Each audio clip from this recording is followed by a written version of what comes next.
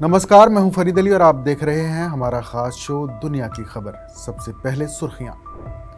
Trump की tariff बढ़ाने की धमकी पर भारत का करारा जवाब। कहा, अमेरिका भी रूस से खरीद रहा यूरेनियम खाद। जयशंकर बोले, नहीं चलेगा एक देश का दबदबा। फिलीपींस के राष्ट्रपति से मिले पीएम मोदी। पहलगाम हमले की निंदा के लिए दिया धन्यवाद। प्रेस ब्रीफिंग में जारी किए डाक टिकट।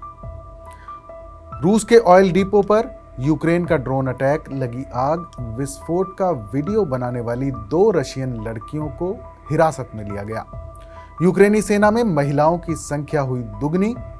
3.5 साल में 1 लाख पहुंची महिला सैनिकों की तादाद। ड्रोन से लेकर मोर्चे पर संभाल रही तोपें। इमरान खान की गिरफ्तारी के 2 साल पूरे। देश भर में विरोध प्रदर्शन करेगी पीटीआई। रावलपिंडी में धारा 144 लागू। यमन में 154 अफ्रीकी प्रवासियों को ले जा रही नाव डूबी। 76 लोगों की मौत, दर्जनों लापता। अदन की खाड़ी में हुआ हादसा। यूएई में 51.8 डिग्री पहुंचा तापमान। लोगों को दोपहर के वक्त बाहर ना निकलने की चेतावनी। बोइंग कंपनी के फाइटर जेट बनाने वाले 3200 कर्मचारी हड़ताल पर। वेतन में बढ़ोतरी को लेकर प्रदर्शन। और अब आज की खास खबर। गाजा में मौजूदा हालात बेहद खराब हैं। लोग भूखमरी की कगार पर हैं और कई देश इजराइल पर जंग रोकने को लेकर दबाव बना रहे हैं। उधर हमास के साथ सीज फायर को लेकर भी बातचीत जारी है। और हाल ही में जब फ्रांस और कनाडा जैसे देशों ने फिलिस्तीन को एक आज़ाद देश के तौर पर मान्यता देने की बात कही, तो लगा कि शायद इसका इजराइल पर कुछ दबाव पड़ेगा। लेकिन अब इजरायली प्रधानमंत्री बेंजामिन नेतन्याहू के एक आदेश ने इन तमाम उम्मीदों को अधर में लटका दिया है। दरअसल नेतन्याहू ने गाजा पट्टी में मिस्र के बॉर्डर तक पूरी तरह से सैन्य कब्जे की मंजूरी दे दी है। और बात सिर्फ गाजा पट्टी की ही नहीं है। खबरों के मुताबिक पिछले 1 साल में इजराइल ने 2 और देशों के कई किलोमीटर के इलाके को अपने कब्जे में लिया है। इजराइल की इन कार्रवाइयों को लेकर अंतर्राष्ट्रीय मंचों पर चिंता जताई जा रही है। पहली चिंता ये कि सीरिया की 400 किलोमीटर जमीन पर बफर जोन बना दिया गया है। अल जजीरा की एक रिपोर्ट के मुताबिक दिसंबर 2024 के बाद से इजराइल ने सीरिया के दक्षिणी हिस्से में तकरीबन 400 किलोमीटर इलाके को बफर जोन घोषित कर दिया है। ये वो इलाका है जो इजराइल से सटा हुआ है। सीरिया की सरकार इस इलाके को फिर से अपने कंट्रोल में लेने में नाकाम रही है। इजरायली सेना यहाँ पूरी तरह से तैनात है और गश्त कर रही है। इस कदम को इजराइल ने अपनी सुरक्षा नीति का हिस्सा बताया है, लेकिन आलोचकों का कहना है कि ये क्षेत्रीय संप्रभुता का सीधा उल्लंघन है। दूसरे, लेबनान की सीमा के अंदर 5 किलोमीटर तक घुसपैठ। हिजबुल्लाह के खिलाफ अभियान के तहत इजराइल ने लेबनान की सीमा के अंदर 5 किलोमीटर तक के इलाके को अपने कब्जे में ले लिया है। यहाँ इजरायली फौजें मौजूद हैं और इलाके में आम नागरिकों की आवाजाही भी प्रभावित हुई है। इजराइल इसे सुरक्षात्मक कार्रवाई कहता है, जबकि लेबनान ने इसे अंतर्राष्ट्रीय नियमों का उल्लंघन करार दिया है। तीसरे, वेस्ट बैंक और गाजा में फिलिस्तीन की जमीन पर कब्जा। इजराइल ने फिलिस्तीन के 12 किलोमीटर इलाके पर भी कब्जा कर लिया है। इसमें वेस्ट बैंक के कई गांव और इलाके शामिल हैं। इस पूरे विस्तार के दौरान इजराइल ने फिलिस्तीनी आबादी को पीछे धकेला है। वहीं नई यहूदी बस्तियों के निर्माण की रफ्तार भी तेज हुई है। अब इजराइल की नज़र गाजा पर है। तकरीबन 41 किलोमीटर लंबी गाजा पट्टी पर अब तक का सबसे बड़ा सैनिक दबाव बना हुआ है। इन तमाम जमीनों पर कब्जे के चलते इजराइल का क्षेत्रफल बढ़ गया है। 2023 में अक्टूबर में शुरू हुए गाजा युद्ध से पहले इजराइल का क्षेत्रफल करीब 22,000 वर्ग किलोमीटर था, मगर हाल के सैन्य अभियानों और वास्तविक नियंत्रण में आए इलाकों को जोड़ें तो इजराइल ने कम से कम 420 किलोमीटर नए क्षेत्र को अपने प्रभाव में ले लिया है। हालांकि इस कब्जे को अंतर्राष्ट्रीय मान्यता हासिल नहीं है, लेकिन ज़मीनी हकीकत ये है कि इजरायली सेना इन इलाकों में कड़ी मौजूदगी बनाए हुए है। और अब बात बांग्लादेश की। तख्तापलट के 1 साल बाद भी बांग्लादेश में खूनी खेल जारी है। पूर्व सेनाध्यक्ष का शव क्लब के कमरे से मिला। बांग्लादेश में शेख हसीना सरकार का तख्ता पलट हुए 1 साल हो चुका है, मगर देश में अब भी हिंसा और अस्थिरता का दौर जारी है। ताज़ा मामला पूर्व सेना प्रमुख लेफ्टिनेंट जनरल एम हारून अर रशीद की रहस्यमयी मौत का है। हारून अर रशीद का शव चटगांव क्लब के एक कमरे से बरामद किया गया। कोतवाली पुलिस थाने के प्रभारी अधिकारी यानी ओसी अब्दुल करीम ने पुष्टि की है कि मंगलवार की सुबह करीब 10 बजे सूचना मिलने के बाद पुलिस मौके पर पहुंची थी। ओसी के मुताबिक इस घटना की जांच शुरू कर दी गई है। इसके लिए पुलिस ब्यूरो ऑफ इन्वेस्टिगेशन यानी पीबीआई और क्रिमिनल इन्वेस्टिगेशन डिपार्टमेंट यानी सीआईडी के अधिकारी भी मौके पर पहुंचे।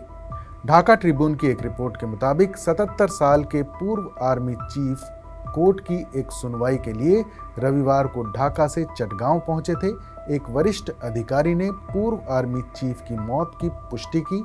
उन्होंने बताया कि जब पूर्व आर्मी चीफ तय समय पर सुनवाई के लिए अदालत नहीं पहुंचे और उन्होंने फोन कॉल का भी कोई जवाब नहीं दिया, तो क्लब के अधिकारी उनके कमरे में गए और वहां उनका शव देखा।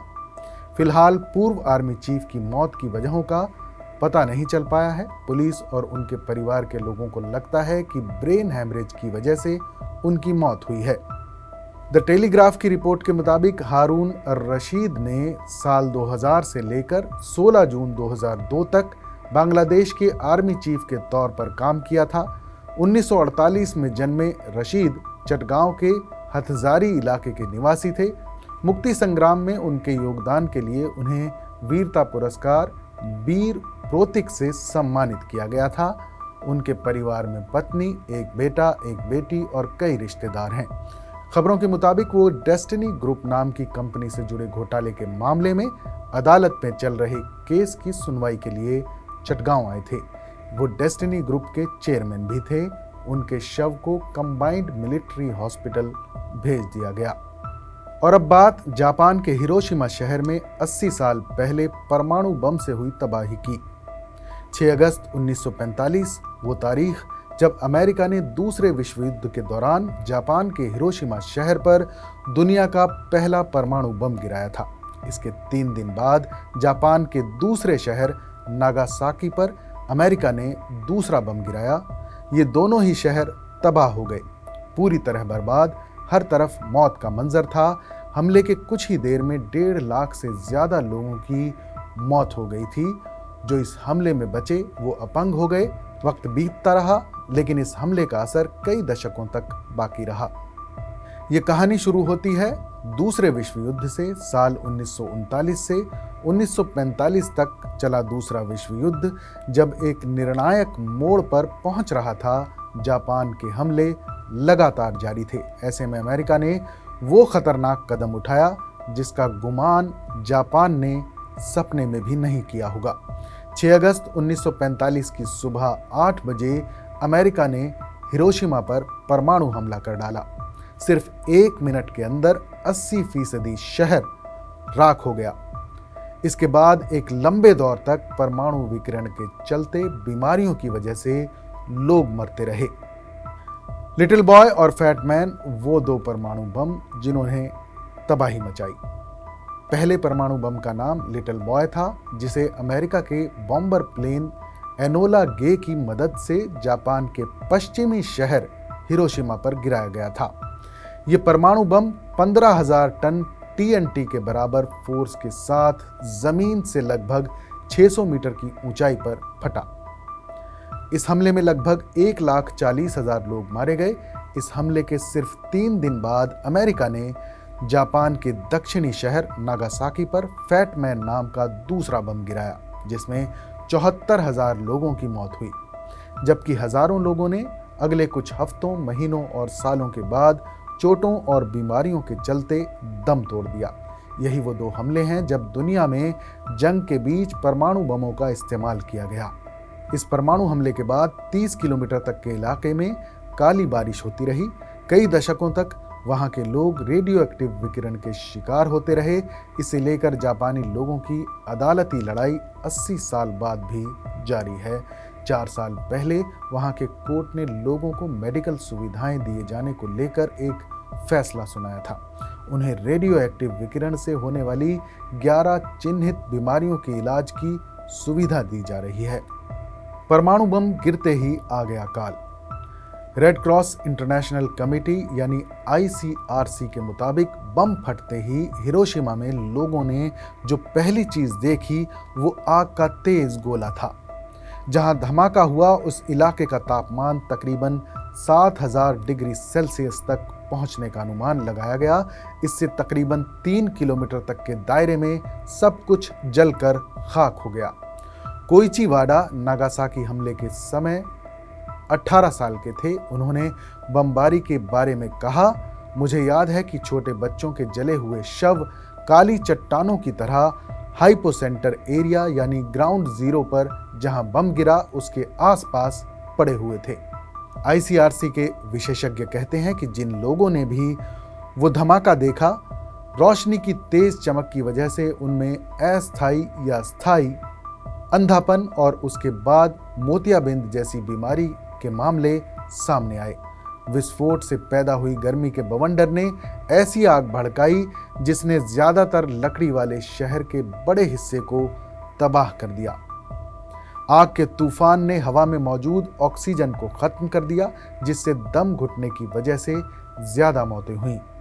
आज कैसा है हिरोशिमा शहर, अब ये भी बता देते हैं। हिरोशिमा शहर जापान के सबसे बड़े द्वीप होन्शु में स्थित है। परमाणु हमले के बाद ये पूरा शहर नेस्तो नाबूद हो गया था। इसे दोबारा बसाने के लिए जापान ने खूब मेहनत की और खूब पैसे खर्च किए। आज यहाँ की आबादी तकरीबन 13 लाख है। आज हिरोशिमा एक अच्छे, खूबसूरत और बड़े शहर में तब्दील हो चुका है। घनी आबादी होने के बावजूद यहाँ सिस्टमैटिक डेवलपमेंट साफ नजर आता है। पानी के स्रोतों का यहाँ बेहतर इंतजाम किया गया है। शहर में एस्ट्रॉम लाइन, सीनो लाइन और ट्रेन सेवाएं मौजूद हैं। बड़ी बड़ी कंपनियां हैं। आधुनिक स्कूल, कॉलेज और यूनिवर्सिटीज़ हैं। कई सांस्कृतिक केंद्र भी बनाए गए हैं। हिरोशिमा शहर में एक खूबसूरत एयरपोर्ट भी है, जहां से जापान की राजधानी टोक्यो और बाकी घरेलू उड़ानों के अलावा चीन, सिंगापुर, ताइवान, दक्षिण कोरिया जैसे देशों के लिए अंतर्राष्ट्रीय फ्लाइट उपलब्ध हैं। शहर में बनाए गए हिरोशिमा मेमोरियल और म्यूजियम लोगों को आज भी परमाणु हमले की तबाही की याद दिलाते हैं। दुनिया भर के देशों से हर साल यहाँ लाखों पर्यटक आते हैं। फिलहाल इतना ही। हमारे इस खास शो पर अपनी राय हमें ज़रूर बताइएगा। बाकी देश और दुनिया की तमाम बड़ी खबरों के लिए देखते रहिए TV9 डिजिटल।